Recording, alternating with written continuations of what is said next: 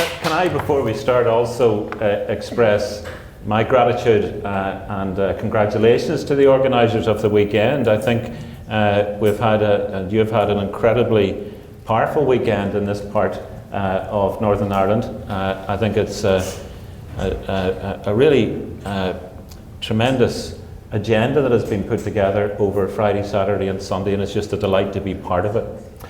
Can I also thank the John Hewitt Society, and if anybody wants to have more information about John Hewitt or some of the poets, don't forget to follow the John Hewitt Society on Twitter, /JHS, and they would appreciate as many followers as they can.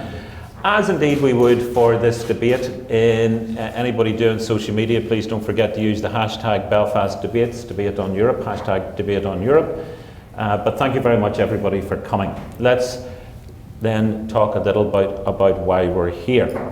We're here to do the panel discussion on asking the people, border polls, referendums and the question of democracy. As you will probably see from the panel, we were due to have 4 members of the panel. I'm afraid about half an hour ago Naomi Long indicated she wouldn't be able to make it because she had lost her voice, I think, doing too many speeches yesterday at the different rallies that there were in Belfast. So she sends her apologies to the organisers, to the rest of the panel, and in particular to the people who are here to listen to the discussion. That said, we've got an absolutely fantastic panel to hear from anyway. We want to make this a really informal discussion. I think for the first half of the session we're going to have some questions and discussions from the panel itself, and then we'll open it up to the floor. So please feel free to ask any questions that you want of the panel, and let's have a bit of toing and froing between people in the auditorium and the panel. You will notice that there is some equipment around. This is going to be screened on NVTV.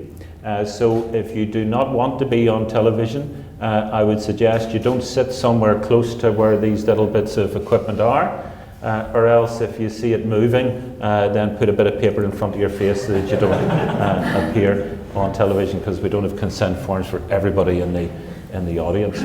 We want a fairly informal discussion and a fairly informal flavour to the panel as well. So informal that Alan, who's doing the TV stuff, told me I can't move.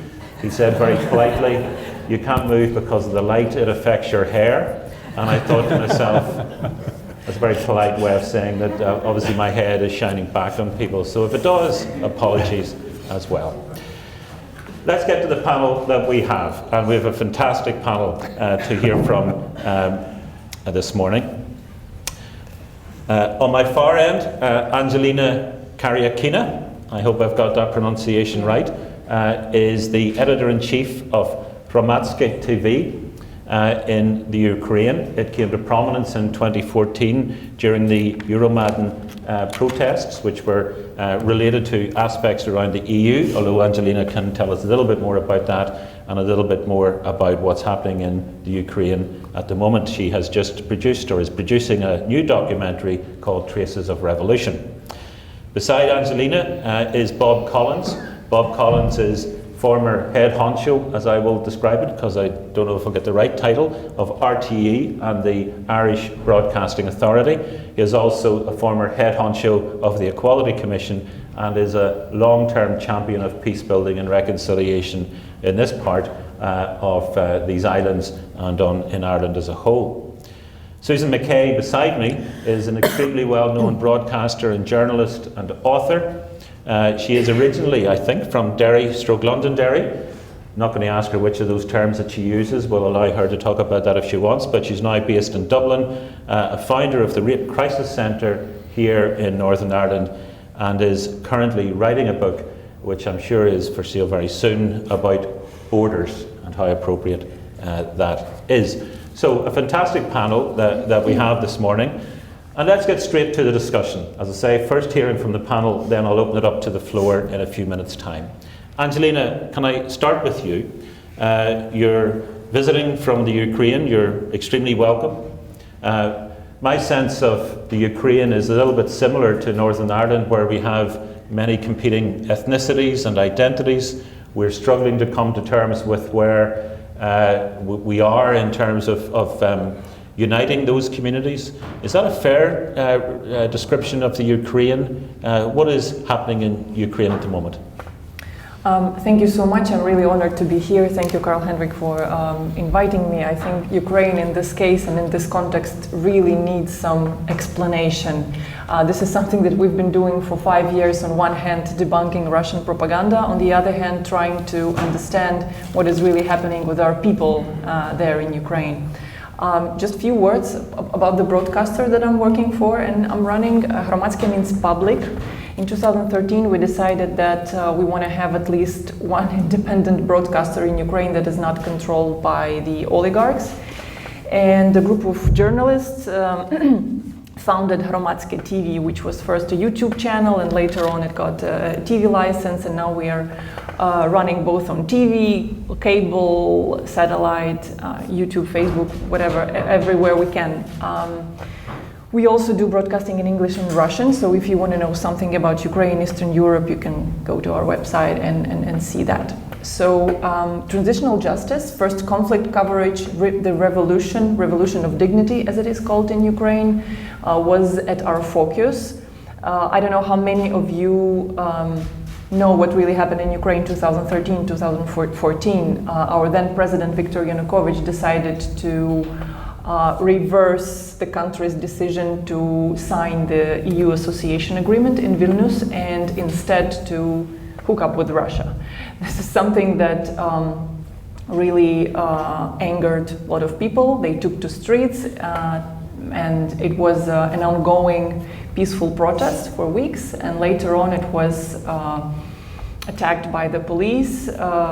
Predominantly young students were beaten up, and it angered their parents and other people, and many more people took to streets, and they didn't go until Yanukovych fled to Russia.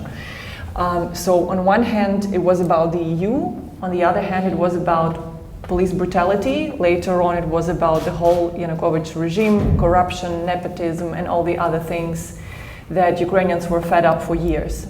So in this regard, Ukrainians proved to themselves and probably to the rest of the world that they are ready to fight for their European identity. But on the other hand, they also stated that they want to build another state, a state with a strong civil identity, and it's something very important here to point out, because for years Ukraine has been covered as a colonial post-Soviet or post-Russian empire state, and predominantly it was covered, I mean the majority, US journalists also probably know that the majority of big media corporations were based in Moscow or in Warsaw, and they were covering Ukraine from Moscow or Warsaw. Of course it had its influence, and of course it was hard to explain what Ukraine is really about. And the most of the coverage was that the main conflict inside Ukraine is pro-Russia and pro-West. It is Russian-speaking and Ukrainian-speaking, and this is the main dilemma in Ukraine. But the Maidan revolution and the revolution of dignity really proved that it wasn't about language. It wasn't really, of course, it was more about West and East, but less about language, because lots of people who were Russian-speaking, who were Crimean Tatar-speaking, Hungarian-speaking, joined the movement. It was more about civil identity. How ready are you to join and engage in what is happening in the country, rather than, I'm Ukrainian-speaking because I'm Ukrainian because I speak Ukrainian and I go to this or that church. This is a rather interesting discussion inside Ukraine as well, because it's something, you probably know that we've just elected a president. He's a comedian. So on one hand, we are in the global trend. So did the Americans, they elected a president who's a comedian as well. Yeah, so we are there, on the verge of the trend. But on the other hand, his campaign was built in a very interesting way. He didn't play the identity card, unlike the previous president, Petro Poroshenko, who went out to the electorate with the message army, faith, language. Three things, except for army, which are basically in the realm of personal choice: your church and probably your language, because the state language in Ukraine, according to the constitution, is Ukrainian, and everybody knows that. There is a lot of speculation about the language, but everybody knows that the state language is Ukrainian. You can speak whatever language you want, but still. So Zelensky went out with the message that I don't care what language you speak, I don't care which church you go to, you are Ukrainian. If you live in Ukraine, you want to be Ukrainian, you have a Ukrainian passport. I don't want to speculate whether it was something that really people sympathized with, because Zelensky himself is a very complicated phenomenon. He's a very well-known comedian actor, and he has been on TV for years and years and years.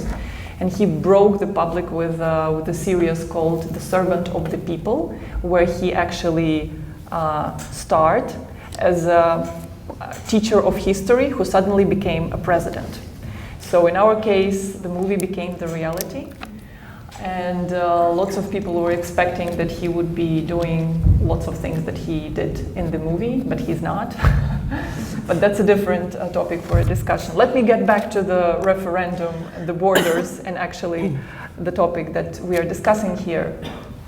In my case, in case of Ukraine, it's rather curious to be speaking about referendum here. It means that first you need to start with a statement and with explaining why the referendum in Crimea or in Donbass, if you know that there was also referendum, so-called referendum in Donbass, is bad. So in this regard, it's like everybody needs to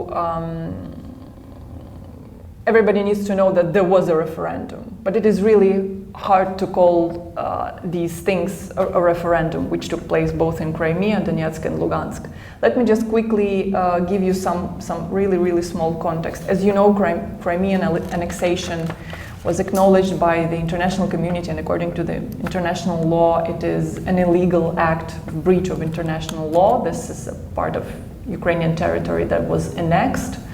And Russia's main point was that it was the pure will of the people, the residents of Crimea, to join Russia. But if we take a look at how it happened, how the voting happened, you can really easily say whether it was a voting or whether it wasn't a voting.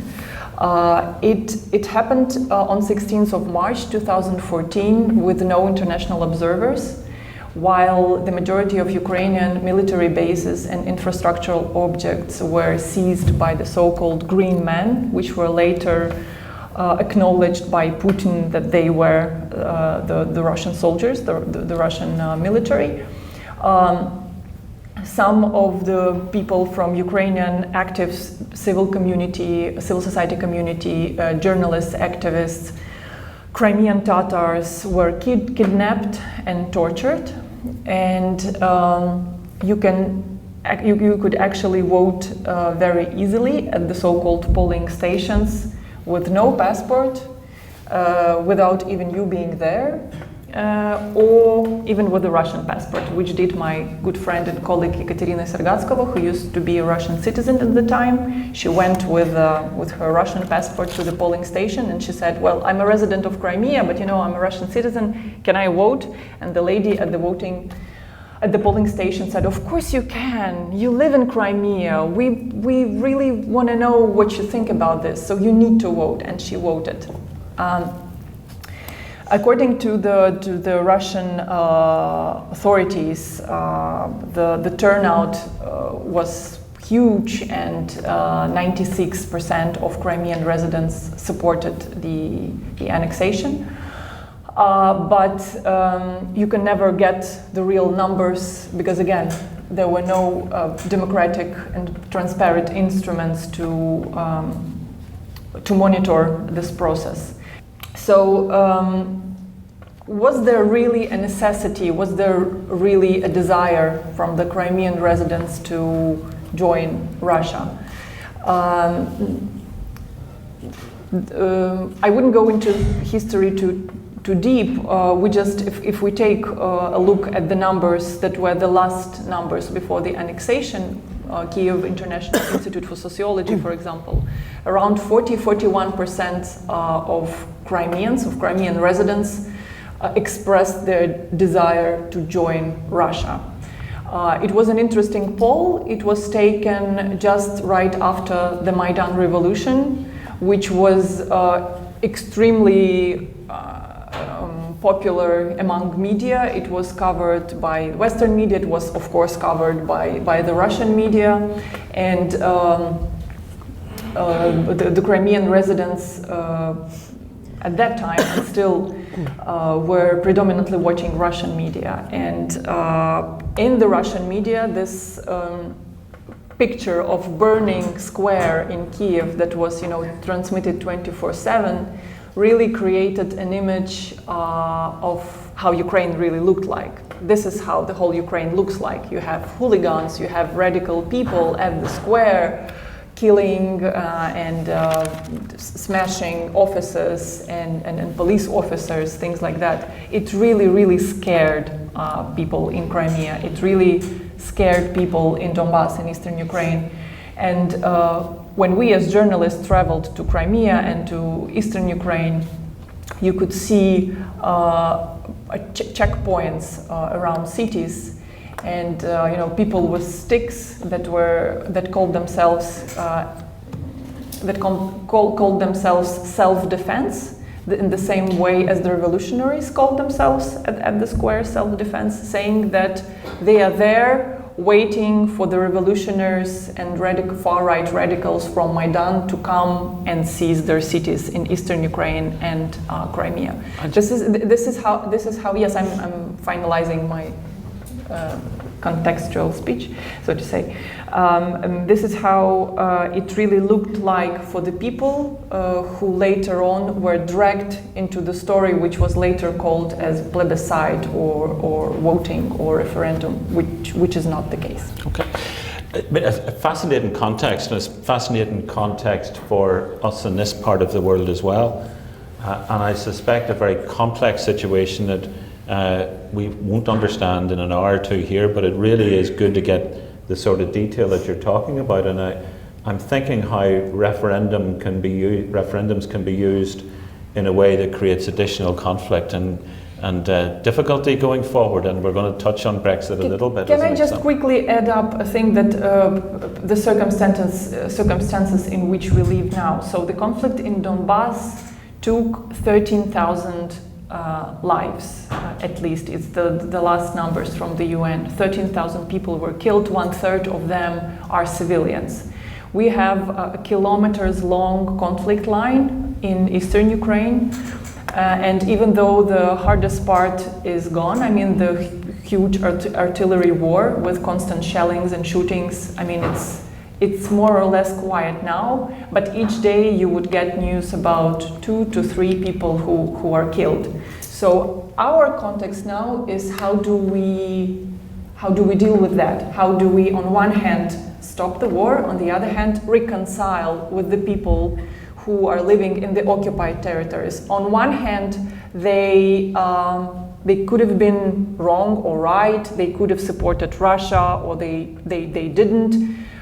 But our internal discussion in Ukraine is how do we reconcile with the fact that even there was huge propaganda and probably people believed it, and propaganda is something sort of a movie that you're watching, an illusion, but on the other hand there is already blood and 13 people who are killed, and it's a real fact that is now between us and them, so to say, something that nobody can. And I suppose in trying to deal with that and trying to look at the international situation, President Zelensky has a real challenge on his hand. And is there a danger that as he copes with that he centralizes power more, he does stuff to the judiciary to reduce accountability, or to Parliament reduce its role? And actually, in trying to deal with those complexities, a very populist president returned with an overwhelming mandate actually endangers the democratic process? There are several processes that are happening in Ukraine, and I will start with the fact that Zelensky started with two things that many people consider as a success in terms of conflict resolution. There is a small town in Luhansk region called Stanica Luganskaya, where people cross the broken bridge from the occupied territory to Ukraine to get their pension. And the bridge is broken. It was shelled, and these people, predominantly elderly people, they need to basically climb through that bridge to get to Ukraine. And what we couldn't do for many years is just sit down at the table and agree that the military from both sides make several steps behind, and that the both parties agree to renovate the bridge. So this is something that Zelensky made as a first step. They really agreed to make these several steps, and they are now working to start the reconstruction of the bridge. We will see whether it succeeds. And step number 2, 35 Ukrainian political prisoners and the sailors who were captured in Kerch Strait a year ago came back from the prisons. I don't know if you watched it, if you heard about film director Oleg Sentsov, who was in prison. He's Crimean. But he is also accused of attacking the judiciary and undermining Parliament, and it's a context of something we're dealing with in the UK and Northern Ireland as well. Do you think those are fair comments? Actually, he's not attacking the judiciary. The thing is that what he's trying to do now is to, what's the right word? Probably monopolize several branches of powers. He has, indeed, he has enormous power in terms that he controls the parliament, he controls the government, and he controls his office. But at the same time, if we take a look at people who are inside, for example, the government, it's interesting that he kept several key positions, like the Minister of Finance, who is in close contact with the IMF and international partners, or bad example, the Minister of Interior, who is very this demonic figure in Ukraine. He also kept other several positions which helped the transition of power from the previous cabinet to the next cabinet. It's something that really never happened in Ukraine. We have spoken to several ministers who said that each time in Ukraine the new cabinet arrives, it just arrives in an empty office, and you have to start from scratch. There is literally nothing that you can, work with from the previous cabinet. This time, several offices really had time to, give what they've done during their cadention, and it's a good thing. On the other hand, they, for example, 2 days ago, the parliament dissoluted the Central Electoral Commission, and it's something that really bothers the civil society, and it's a bothering fact for democracy, because from what we understand, the president and his team, they want to hold local elections as soon as possible, and could control as much as possible in Ukraine. Okay. So that's something that really is bothering me. Okay, thank you. I want to bring Bob in at this stage, because Bob, you've been, I mean this in a very positive way, you've been around a lot of these issues for a long time. I mean, I'm the oldest person in the room. Well, no, I don't mean that. I think you're the most experienced and thoughtful person in the room. So we hear about Ukraine, we hear about referendum causing difficulties, potentially, and we hear potentially about monopolising power, and a populist politician who was a TV star getting a lot of votes. What do those trends say to you about a state of democracy here, either in Northern Ireland, Ireland or the UK? And the media has a responsibility for where we're at, doesn't it? Because the media has helped to facilitate some of the politicians. And Shakespeare, in his play Julius Caesar, says, "The fault, dear Brutus, lies not in the stars, but in ourselves." And I think that there may be a sense in which that's true. What certainly is shown to us by what's happening around the world is that democracy is a very fragile thing, which we have taken sublimely for granted over the last 30 or 40 years and assumed that it was the natural state and that others would eventually come round to recognising that and embrace our truths. And that isn't the case. It's not robust. It's not the natural order of things. And there is a serious challenge for people, especially those people who have enjoyed the fruits of democracy, to do everything they possibly can to preserve and protect it.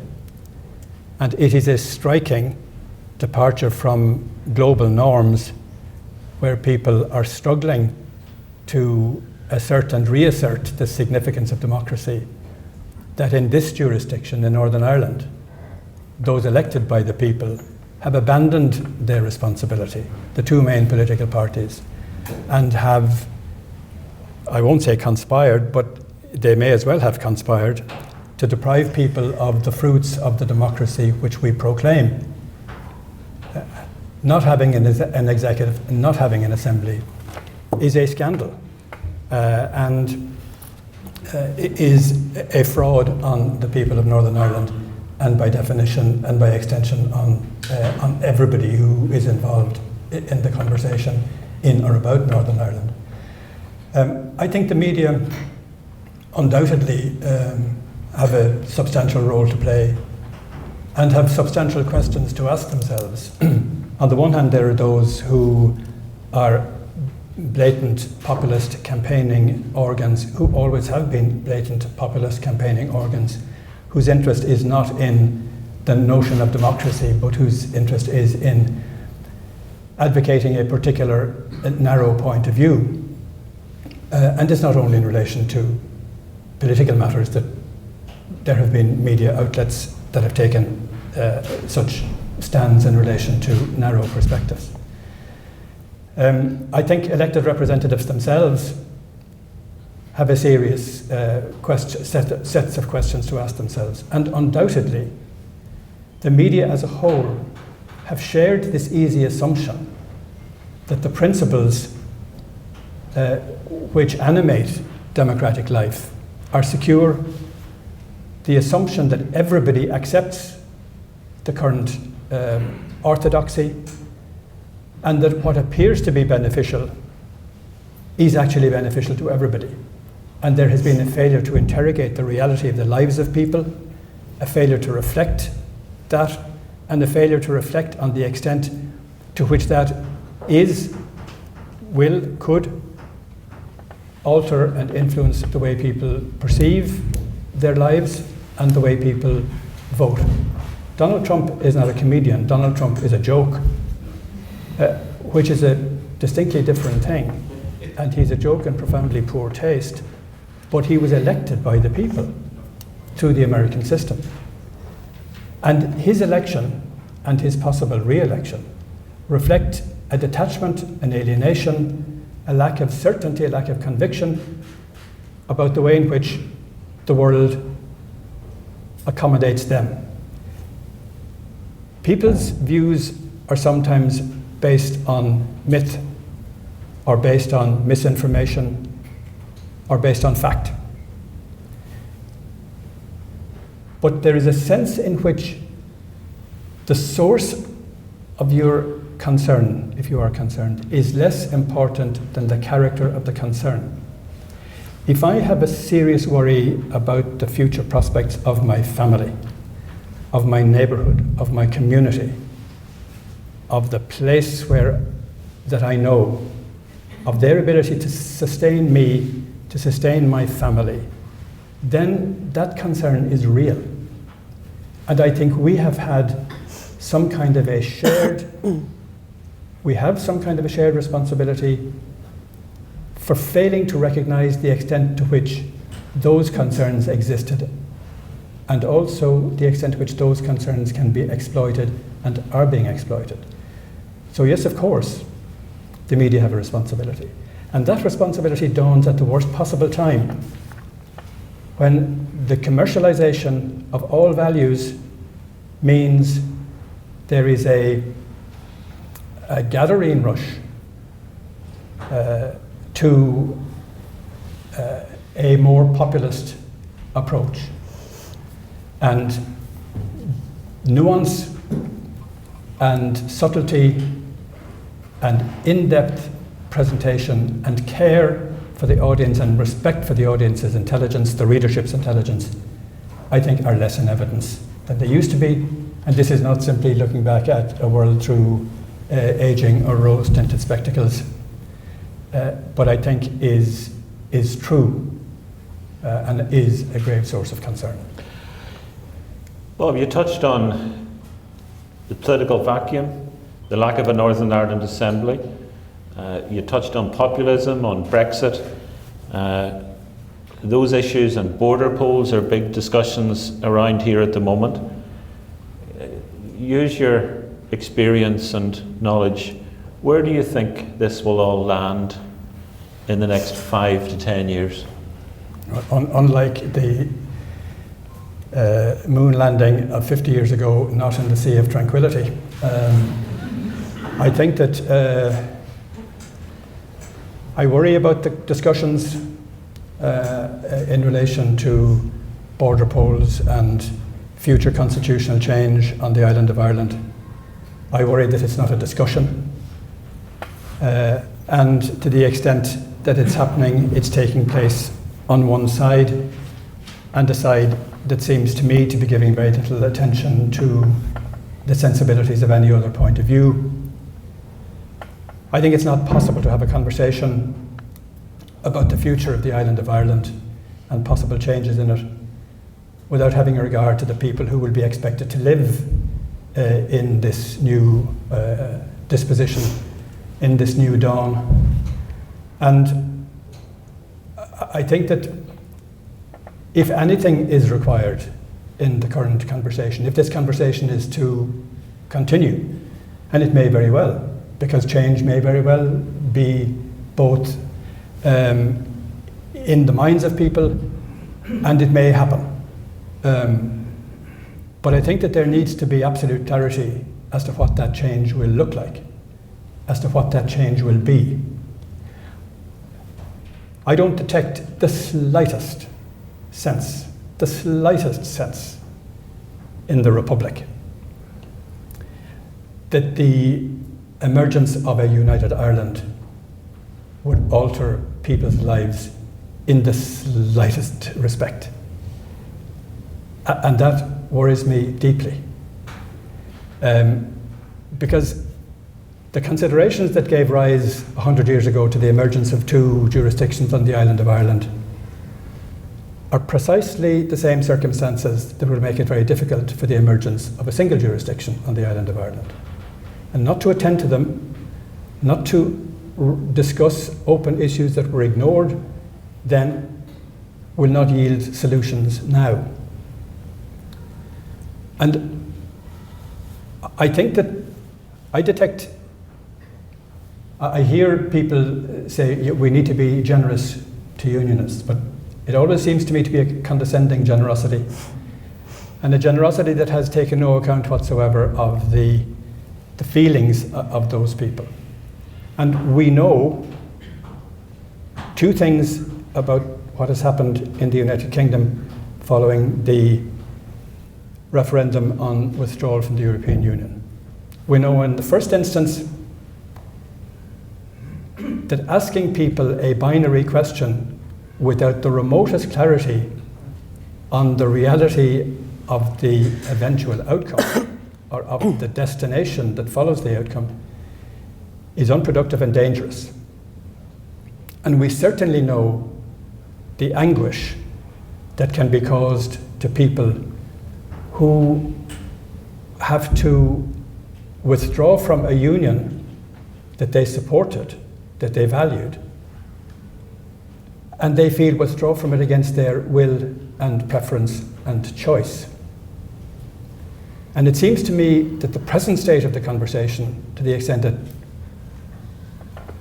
there is a conversation or there is any discourse on the possible constitutional change on the island of Ireland, is falling into both of those traps headlong.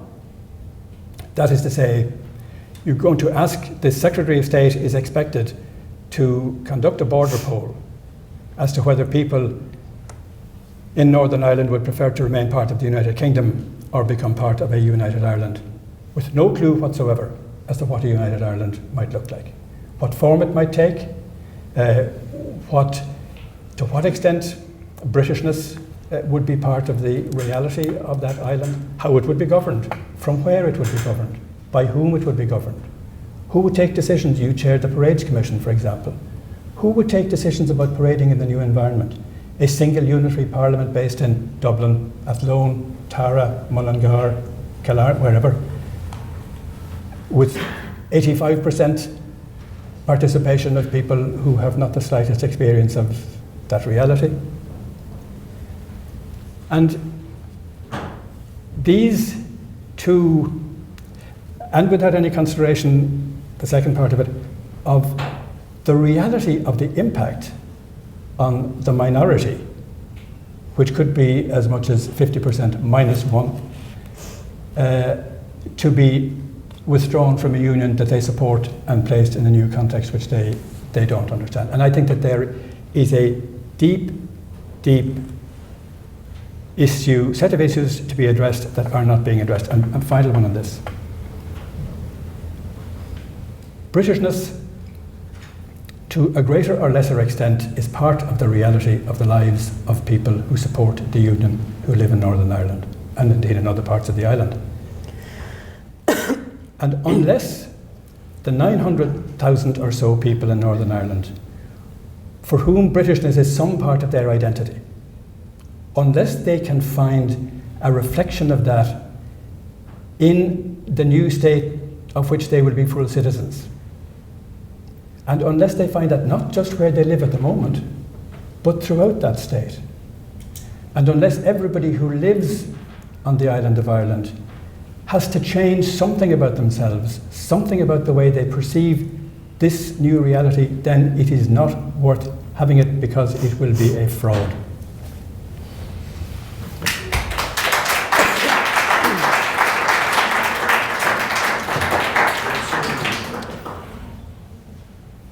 Those are powerful reflections that I suspect we'll come back to as we open up the discussion, and it's a useful point as well to turn to Susan now as well, because Susan, you wrote a book called Northern Protestants and Unsettled People. In the context of Brexit, surely Brexit doesn't do anything other than unsettle further their relationship with each other and with the United Kingdom? Absolutely, and just listening to Bob, it reminded me of a quote which I really like from W.B. Yeats, the poet, who in 1920 was asked about the border, when the border was being structured, and he said of Northern Protestants, "I have long been of the opinion that if such a disagreeable people offer us the chance to lock the door on them, we should do so before it is too late and they change their minds." And I think you're completely right that people in the Republic, there was a poll recently which said that something like 60% of people in the Republic would be perfectly happy with a united Ireland. But as you say, they say that without any thoughts about what it's going to be like to have to listen to Ian Paisley Jr. on the radio in the mornings and take seriously DUP demands for there to be a return to a regime where a woman cannot have an abortion, and all of that people in the north have to live with and battle with all the time. I think that it's impossible to work out a logic of why the Democratic Unionist Party is currently so apparently keen on having a no-deal Brexit, because it is going to be catastrophic, particularly for the border regions of Northern Ireland. And I think it's important in this discussion about borders that we've been having to recognise that borders are not lines, they are regions, and they are communities, and they are people who have built relationships over many, many years and who have struggled with sectarianisms and nationalisms that have been cultivated by people in power for many, many years as a way of separating people. But I had been going to start today with a quote from Margaret Atwood, which I'd like to read now, in the context of the fact that we don't have any government here at the moment. The British government has been prorogued by another very unfunny comedian of a political leader, Boris Johnson. Is he a comedian or is he a joke? That's an important distinction Bob made. Well, I think he thinks he's a comedian, and he isn't funny at all. He is definitely pro-rogue. Yes, yeah, pro-rogue is right, yeah. But, and then we have no executive here and no assembly and no sign of one returning. And actually, I think no real desire among the people for the executive to return, because the thing that we're only beginning to admit to ourselves now is that the executive wasn't working for quite a long time before it actually collapsed. No decisions were being made. It was a constant stalemate, a constant series of stalemates. But anyway, this is a quote from Margaret Atwood from 1985 from The Handmaid's Tale. "That was when they suspended the Constitution. They said it would be temporary. There wasn't even any rioting in the streets. People stayed at home at night, watching television, looking for some direction. There wasn't even an enemy you could put your finger on." And The Handmaid's Tale, of course, has really come back into public consciousness because it was on television at the time of the Me Too movement. It has been adopted by feminists as a very powerful campaigning tool. But Margaret Atwood wrote that. She was living in Berlin at the time when the wall was still in place. And she has just been speaking about the fact that she's just published the sequel to that novel, which is called The Testaments, and she wrote that in response to Donald Trump. And so, you know, these things keep on coming around, and the Handmaid's Tale has proved to be completely relevant to today's feminist struggles and other struggles today, and walls and all the rest of it. And The Testaments is provoked by Trump, and Northern Ireland has all the elements of all of these conflicts and struggles over identity and borders and walls. I mean, our peace walls in Belfast, I think our visitors were brought on a black taxi tour of Belfast, and you will have seen peace walls which are not only still in place since the peace process, but in some cases are being built higher, you know. So the division here is very, very deep. And I was on a radio program this morning about victims of the conflict who've been telling their stories in podcasts, and there was a Protestant bishop from the border area who was talking, and he said that people need to be really careful about the way they talk at the moment because, as he put it, the lava is not very far below the surface. So the whole sort of really crude public discourse which is going on at the moment, the revival of really hate-filled language and so on, is stirring up memories which aren't very far back here. You know, I mean, among those people who, in the stories that were being told this morning, one woman was bereaved in 1972, and then the most recent interview was with Sarah Canning, who is the partner of McKay, who was just killed 5 months ago. So the lava is not very far below the surface here, and I think that the irresponsibility of Brexit, which is also profoundly undemocratic, is unbelievable. The poll on Brexit was totally corrupt and flawed. It was passed by a small majority which was bought by tainted money. There's enormous scandals which have been uncovered by journalists. I mean, I do think when we talk about the media at the moment, the media must be applauded for magnificent work that has been done in terms of exposing the way that the Brexit vote was won. Work that's been done by people like Open Democracy and Carol Cadwallader in The Observer is extraordinary, and people are taking it for granted. And there is this new defence which Donald Trump has introduced, which is simply to dismiss the facts as being fake news. And it's so dangerous. And we've had that here. We had the DUP deeply involved in buying the victory for the exit side in the Brexit referendum. And we've got the DUP continuing to have undue influence with the British government because of that deal that was done by the DUP to support Theresa May's government. So we don't in any way have democracy here in Northern Ireland at the moment, at the very moment when we need it most. And I think it's really frightening. Naomi Long, one of the ways in which she lost her voice yesterday was she was speaking at a People's Vote rally down in the Ulster Hall, and she was talking there about how we really need to be thinking globally at the moment. We've got a global climate crisis. We've been listening to the way that democracy is still under threat in Angelina's country, and we've heard some of the other speakers this weekend talking about the fragility of other democracies, and yet we are having to devote our attention to this distraction of Brexit, which at the same time, paradoxically, is potentially going to be catastrophic for us here in Northern Ireland in particular, and in particular for people living in the border areas. If you look at Lyra, because we have her in the Tangerine, we've got one of her lovely essays in the Tangerine that's been published for this conference. Lyra was killed in the Cregan estate in Derry. The Cregan estate in Derry was one of the places where the Troubles started in the 1960s. Derry was described by one of the leaders of civil rights at that time, Bernadette Devlin, as being the capital city of injustice in Northern Ireland because of the way in which the Catholic minority there had been systematically discriminated against. But in Cregan today, 2 out of 3 children is born into poverty.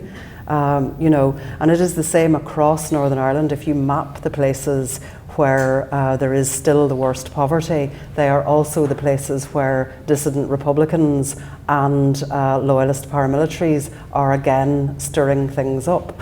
So if Brexit comes in a no-deal way, the chances are those communities on the border areas are going to be the worst hit again. That's going to increase poverty, it's going to increase alienation, and the lava can start to flow again. It's not scaremongering to say that, it's simply realism. But then again, people will say to you, and after this question, I'm going to open it up to the floor, so get your questions ready and put your hand up and with the roving mics. But people would say to you, Susan, democracy is being failed because the referendum result 3 years on has not been implemented. But people might also say to you, in Northern Ireland, a region, in my view, in a 50-year plus peace process and less than halfway through, with lots of issues about whether the peace process will be sustained. You would have supported the Good Friday Agreement, which has in it a provision for a border poll based on 50% plus one. Well, I think that the border vote aspects of the Good Friday Agreement aren't particularly well drafted. They're quite sketchy, but I think Bob is completely right. We need to learn from what happened with the Brexit vote. There was a really excellent use of citizens' assemblies in the Republic recently in terms of the abortion referendum and the same-sex marriage referendum. Different parts of Europe as well. Yeah, we can prepare for a border poll. I think a border poll is inevitable and is coming quite soon, but I think it would be completely crazy to just launch into it in the way that we did with the Brexit poll, when people will vote without knowing what they're voting for. But I do want to say, just on a note of optimism, that I think, when I spend a lot of time in the north. In fact, I really live in a sort of little virtual north all the time, because my radio in Dublin is constantly tuned to BBC Northern Ireland, and Between 9 o'clock and 10:30 on a weekday morning? Really? Yes, actually. Yes. I listen to it too. Yeah, but there's a lot of negativity in the north, but it's also an incredibly vibrant place compared with the Republic, I think. Yesterday I went from this debate down to the People's Vote debate in the Ulster Hall, and there's film festivals with political films all the time. There's rallies. There was the Pride rally in Belfast this year was bigger than the 12th of July parade, and there's a huge amount going on here, and there's a really, really engaged population of young people here. I think that's why Lyra was such an important figure. And Lyra wrote a really important blog in which she said that she and her generation were not tainted by the bitterness of the past. They were born after the ceasefires. Her friends were people of all ages, backgrounds, classes, colours and political beliefs. And she said, we don't care about the constitutional question. She said, I don't want a united Ireland, I don't want a stronger union, I just want a better life. And I think that's the case for a lot of young people in Northern Ireland now, and probably in other countries that have historic crises to do with ethnic identity. There's a new identity here, and I think a lot of young people subscribe to it. And I think that they are going to continue to struggle to get that realised in the absence of what we would normally consider to be democracy. On that note of both optimism and challenge, let's open it up to the floor, and if you want to make a point or ask a question, please put your hand up and we'll get a microphone to you. So two first hands over there and then a third hand there. We'll take a number of comments and then I'll come back to the panel and we'll ask the panel to keep their comments and response reasonably brief so that we can get as many comments and questions in. Please. Good morning, George Bell. I just want to say that when we look back to the Good Friday Agreement, part of the understanding was that there would be a persuasion for the union and a persuasion for unity. And that really never happened. In fact, what you had in politics was actually making a case not to have either. And that's been part of the difficulty. 20 years on, we're having this debate, but what's missing from the debate are the sort of working class Protestants. And when you talk about Protestants in the North, they tend to ignore the working class. And the working class, people of East Belfast, I don't think gained an awful lot from the Good Friday Agreement. And nobody made a case to try and help that along. And that's where part of the difficulty lies. Now, if we turn now to a border poll of 50 plus 1, my guess that probably in the next couple of years will be a vote which would still be to maintain the union. But the difficulty is that 4 counties could possibly vote to join the Republic, whilst Antrim and Down could overwhelmingly be unionist. And that weighted part of that would swing the Remain vote in the UK. Okay. And that would not really help anything. That would actually expose the differences that are already there. Okay, thanks. To do that, we need Thanks. Thanks, Henry. Can you? I'm sorry to hurry. I know there's a number of other people that come in. The chap there, and then we'll come over here. Okay. Daniel from Germany. The comment, we're always, many of us are puzzled by the fact that nobody seems to give a great deal of thought to proportional representation rather than first past the post, both in the US and in the UK as well. How can you say the people voted, and only 51% of the people voted yes in a flawed referendum? Where is the party, where is the public discourse about constitutional reform?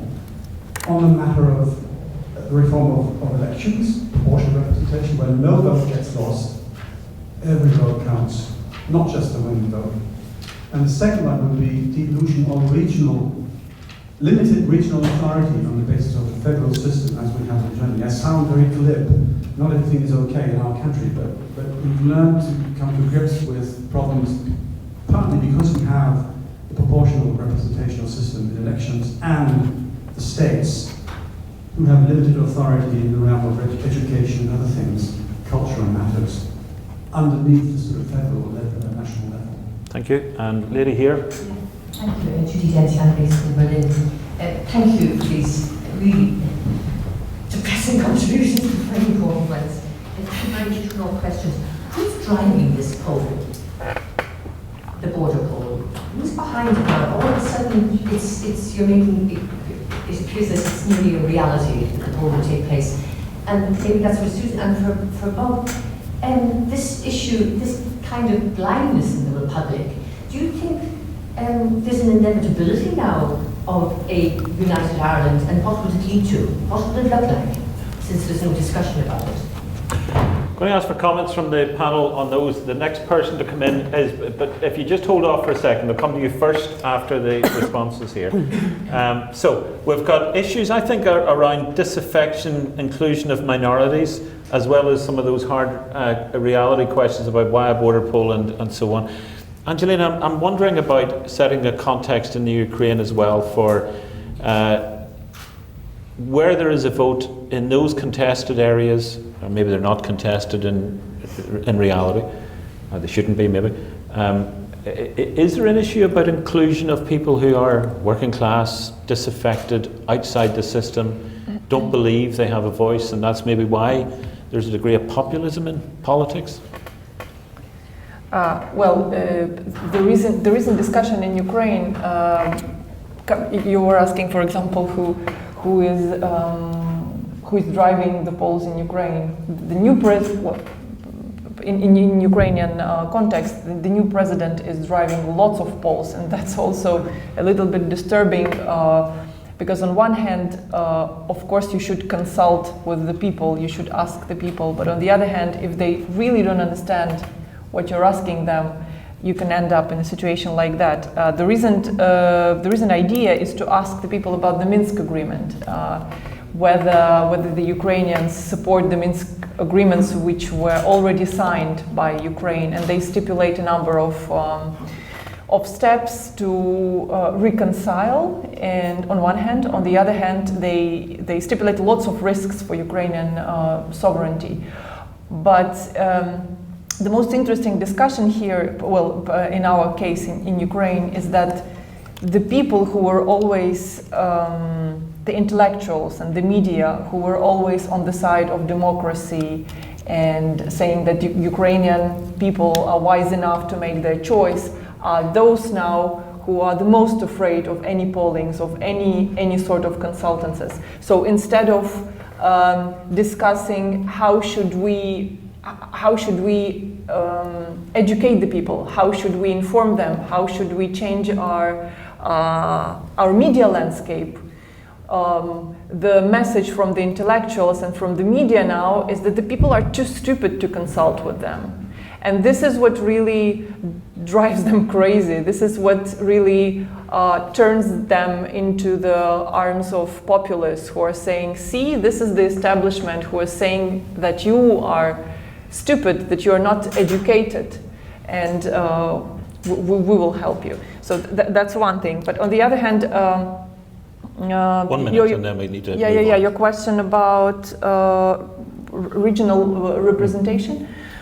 For the past 5 years, Ukraine as a state has made lots of steps to turn local people in Donbass against Ukraine.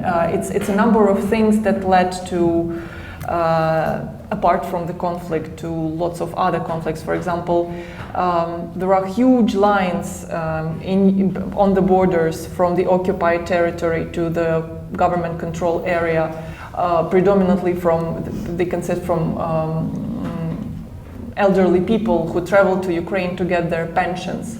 And what they need to do all the time is to prove that they are Ukrainians and to prove that they have a right for a pension, that they have a right to do something on the control area. So our discussion right now is how do we reintegrate them, how do we turn to them, and how do we tell them that they are part of the country now. Okay. Okay, thank you. We'll go to Susan next and then Bob. Briefly, if I can ask you to, because there are people who want to come in as well. Well, just in terms of the question about persuasion and working class Protestants, I think it's one of the tragedies of the peace process that the Progressive Unionist Party, which was so ably led by the late David Irvine at the time of the Good Friday Agreement, was really driven out of existence by hostility from mainstream unionism.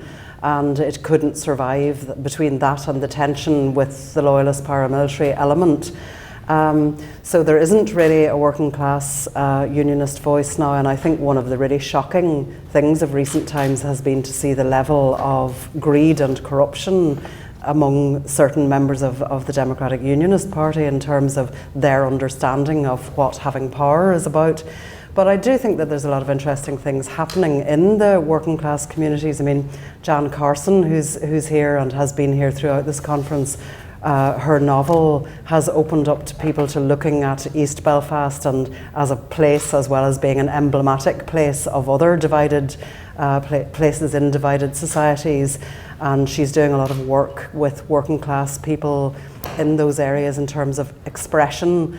Likewise, Linda Irvine, who is related to the late David Irvine, she's doing Irish language classes there and bringing people from those areas out into other parts of Ireland. So there is work that's going on there. It's by no means a case that people are just sort of living in situations where nobody is listening and nobody is consulting.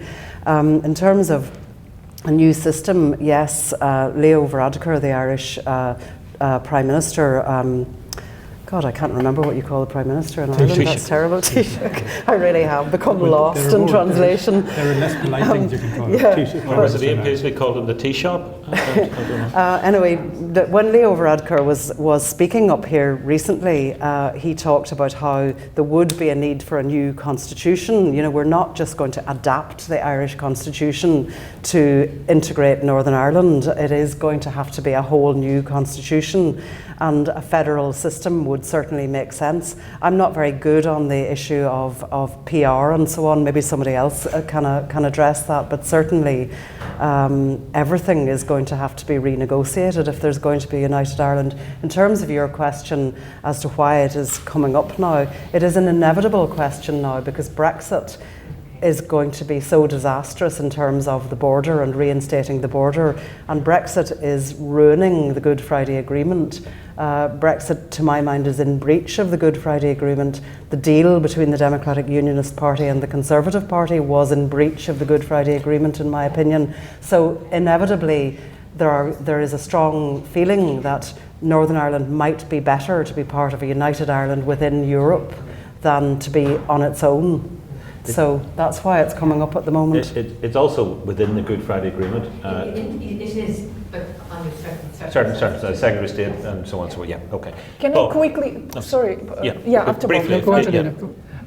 Just because I lost the thought about representation of Donbass. So as we speak of conflict in Ukraine as inspired and financed and supported by Russia. The majority of leaders of the self-proclaimed republics are tied to Kremlin, and basically what they do is they represent the Kremlin voice in this conflict. They don't really represent the people of Donbass. So what we've seen for the past few years is that these people vanish. Some of them were killed, some of them just left Lugansk or Donetsk, and now they're living in Moscow. So the real question now for Ukraine and probably for Moscow, which tries to make it look like the people of Donbass do really have their own leaders, is to understand whom are we speaking to and who is representing whom in this situation. Because for the past few years, Ukraine has been against any negotiations because basically you negotiate with Kremlin through their allies in the occupied areas. Maybe if there is a question about that, I will go deeper. Yeah. Bob. Normally, the tendency is to try to resist the magnetic pull of now in contemplating the possibility of change, but sometimes one needs to focus on now. And I'm not sure that the Good Friday Agreement, Belfast Good Friday Agreement, was intended to develop a persuasion for the Union, a persuasion for United Ireland. I think rather it was intended to be a persuasion for people to work together, to share in shaping a future that everybody would want to be happy to live in Northern Ireland and throughout the rest of the island. And I think that has been one of the real disappointments, is that notion of a shared future because it has been effectively abandoned. The underlying reality is that those people who live in Northern Ireland now will continue to live in what is now Northern Ireland, whatever the future constitutional shape of the country. And the primary challenge is to find a way in which the people who live in this place can live lives of fulfilment, happiness, peace, and ability to live with the difference and to respect the difference and the differing identities of their neighbours. The blindingly evident educational under-attainment of working class children, particularly of working class Protestant boys, has been evident for a long time. When I was Chief Commissioner of the Equality Commission, this was a really big priority for us. And one of the frightening things, and it was a source of, it was very scary, was the extent to which, in particular, unionist politicians did not want to engage with the reality of this topic, even though for themselves it was existentially significant in terms of the future capacity to depend on votes. But several opportunities have been lost. It's the investment of 20, 25 years at a minimum, and if they had started 20 years ago, so much could have been done in the meantime. But it is still one of the big challenges that has to be addressed, because without that, equality of opportunity is simply incapable of being fully realised.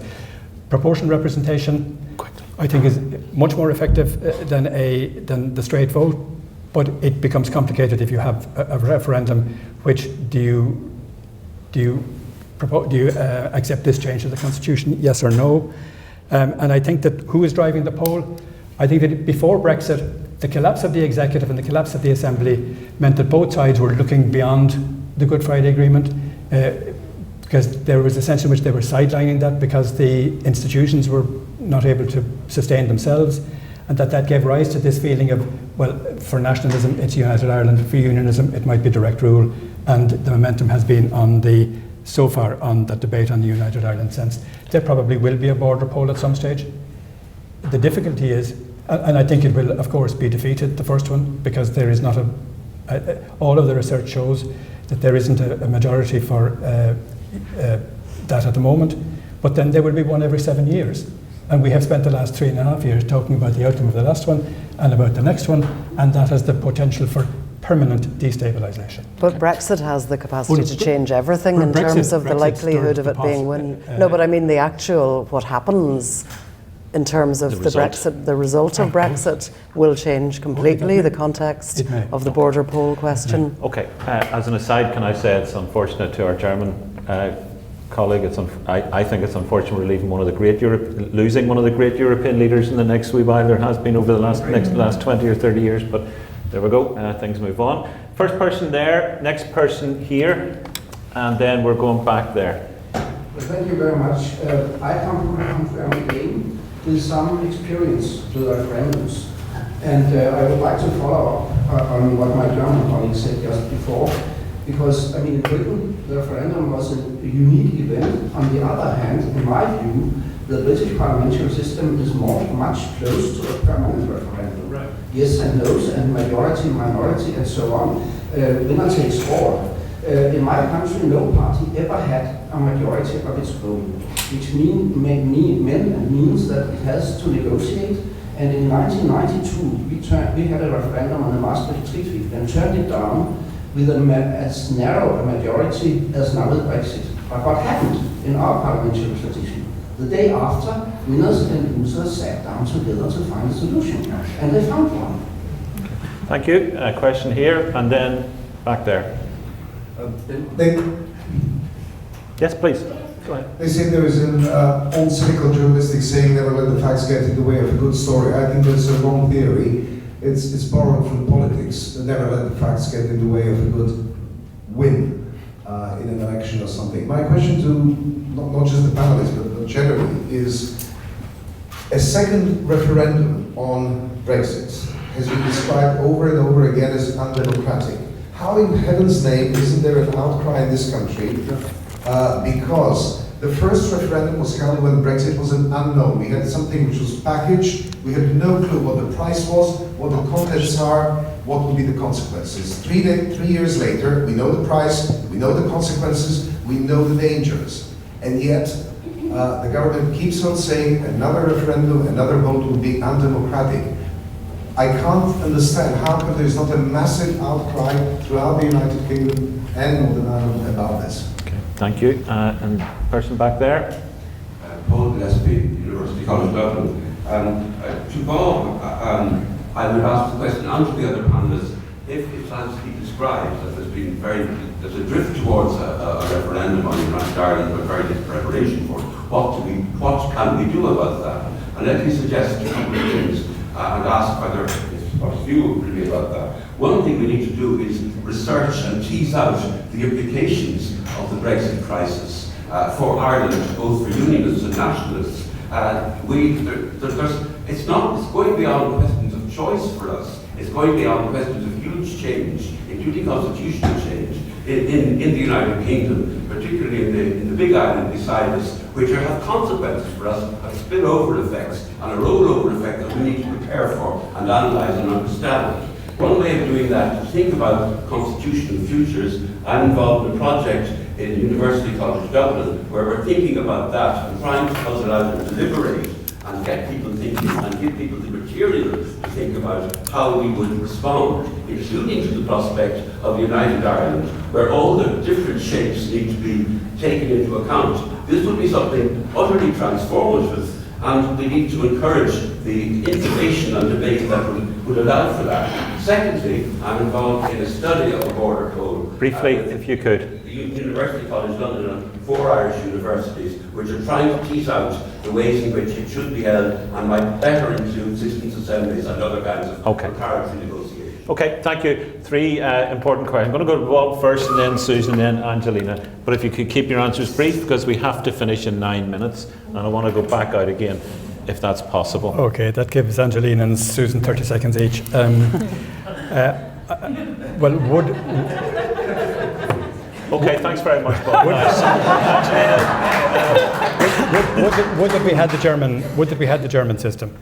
And one of the great mistakes of the United Kingdom's referendum experience was the very early identification of the 3 red lines. No contemplation of the fact of trying to bring the country together and devise a form of Brexit that would accommodate all the views.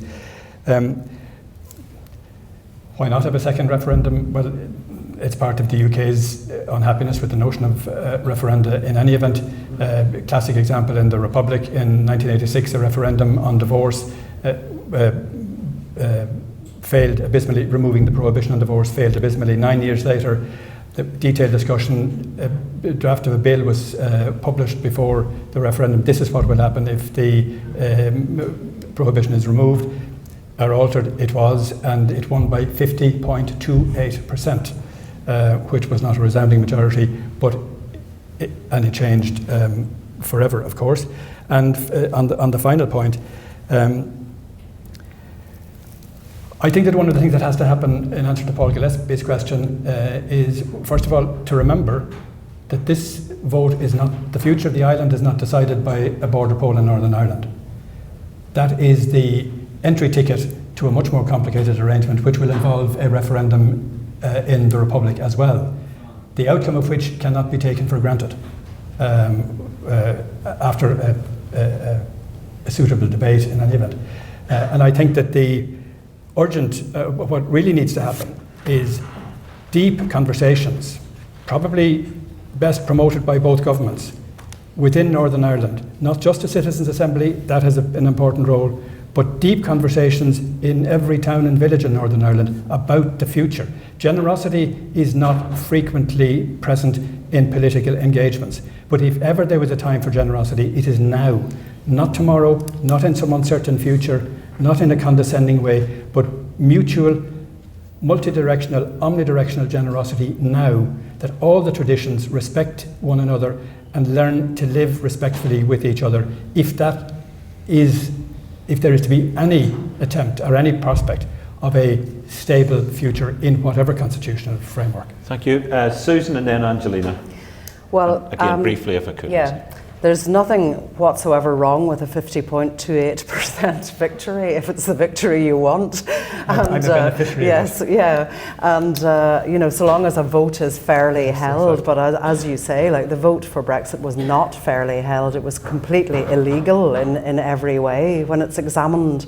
And when you talk about why wasn't there a massive outcry, I think there is a lot of dissent about that. On the rally that I went to yesterday down in the Ulster Hall in Belfast, which was extremely well attended by a lot of young people, was called Our Future, Our Choice, and it is specifically calling for a second referendum for the European Union to hold off on forcing the British to go ahead with their suicide and have another vote.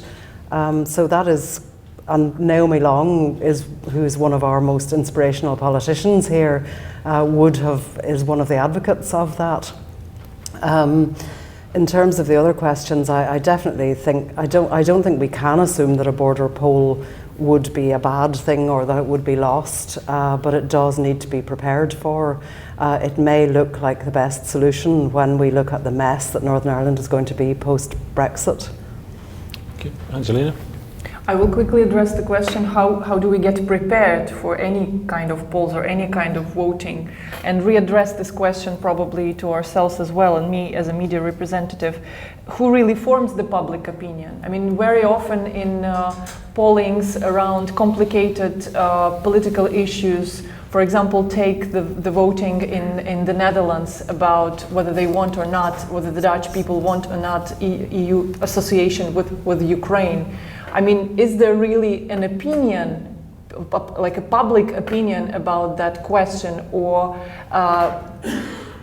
probably not, but there is an opinion of certain parties about that. So my question here is rather, who is forming that opinion, and what is the role of the media in forming that public opinion? Because in my view, and it's not something new, it's not something unique, media has to reinvent itself now.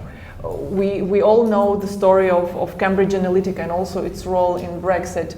What do media do also to form public opinion, and what really in each country it's different, and in Ukraine it's also quite specific. Basically it's owned by the oligarchs. Who is really forming the public opinion? Thank you. We have just a couple of minutes if people want to make final comments or ask some very final questions. Yes, gentlemen there. If you want to put your hand up, we'll get to you. If you don't, then you'll have lost your chance. Please. Yes, just to amplify what my German colleague and my Danish colleague have said regarding the constitutional situation and referenda. I think it is a total illusion to think that a second referendum would solve our problem, simply because we have in Britain not the faintest clue at the moment what legal status, what constitutional status a referendum actually has. And when we prepared, or sort of prepared, for the first referendum, it is by now known that behind the scenes, the Swiss embassy has actually suggested some advice on how to conduct the referendum, because they have an extraordinary experience in this, perhaps jointly with the Danes. But of course this was behooved. What I'm really saying is, and let's not forget the first principle here, the first principle is going back to a constitutional reform which we desperately need in Britain. And as long as we try to avoid the real issue that Daniel Göske has mentioned, the problem of what representation actually means, proportional representation in one word, as long as we have not been able to address this problem fundamentally, I'm afraid all these kind of maneuvers will be basically back in the hands of this self-appointed political clown called Boris Johnson. Thank you. You're the last person to make comment or ask questions, so I'm going to ask each of the panellists if you want to respond to that, but if you have no more than a minute to give us impart your final thoughts and words of wisdom to send us off in a happy state of mind. I'm going to start with Susan. Well, just in relation to that comment, I mean, obviously, in the Republic of Ireland, we have to have referendums if we want to change our constitution, but they don't have to do that in Britain. They don't have to have another referendum. Parliament could take control of this situation, but the fact is Parliament is in chaos and is not in a position to take control of anything, which is profoundly scary. That isn't a very optimistic thing to end on, but I just say, yesterday I was very, very struck by the young people who were there, and a young woman called Derry Flynn, who's one of the leaders of the movement for a new referendum, or for at least for a revocal of what has happened. she said the children of the peace process deserve better, and I think that there's a very strong feeling of that among young people here today, and I think that that is a force to be reckoned with. I mean, to my mind, two of the best people in the world at the moment are the oldest and the youngest on the public scene. That's Ruth Bader Ginsburg, who seems to be the last bastion of democracy in America, and Greta Thunberg, you know, the climate activist. You know, they're at opposite ends in terms of ages, but they're women who are bringing about a different kind of politics, and that's what we so badly need, I think. Thank you. Angelina? Yes, just very quickly, I think we need to ask our questions. Isn't it too many surprises we, as media or civil society, are living through for the past years? Isn't it a sign that we lose touch with real people, that we lose touch with their real concerns? So for me, the question lies in the realm of just getting out there and talking to people and just trying to understand what is really happening in the field. Of course, it's a huge structural problem as well. How do we cover things? How do we cover conflicts? How do we cover everyday life concerns of the people? But in my opinion, of course, we have lost the real picture. This is why so many things are so surprising. Okay. The constitutional significance of a referendum in the United Kingdom is that which the Parliament decides to confer upon it. There undoubtedly is need for early review of constitutional structures and arrangements in the UK. That has been clear for at least 10 years because the centre cannot hold. I think that in terms of challenges for the future, essential requirements for the future, one I think is, of course, strong, reliable, robust, relevant media, which will give people the basis of clear information on which they can base rational decisions. I think a greater sense of the reality of the world in which we live, so that we will have a lesser sense of our own exceptionalism. And I think probably the most striking challenge is that of engaging young people in the boring, grinding work of politics. In the Republic in the last number of years, the referenda on marriage equality and on in 2016 was it, and on abortion last year were classic examples of the power of young people to shape their own futures by availing of the democratic option, to get them to engage in regular politics so that they will actively shape their own future. They are the inheritors. And there is so much that has to be done and can be done, but it is they who will make all of the crucial decisions about this island and about their futures and the futures then in turn of succeeding generations.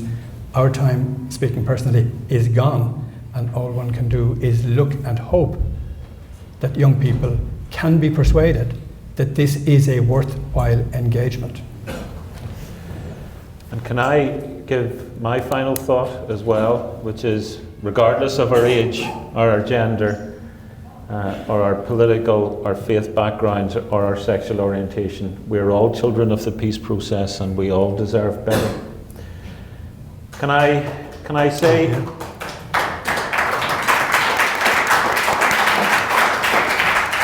a couple of closing comments? Thanks to the John Hewitt Society and organisers of the discussion. Can I thank all of you for participating and for asking such informed questions and making such a wonderful contribution to this discussion. But most of all, can I ask you to join me in thanking Angelina, Bob and Susan.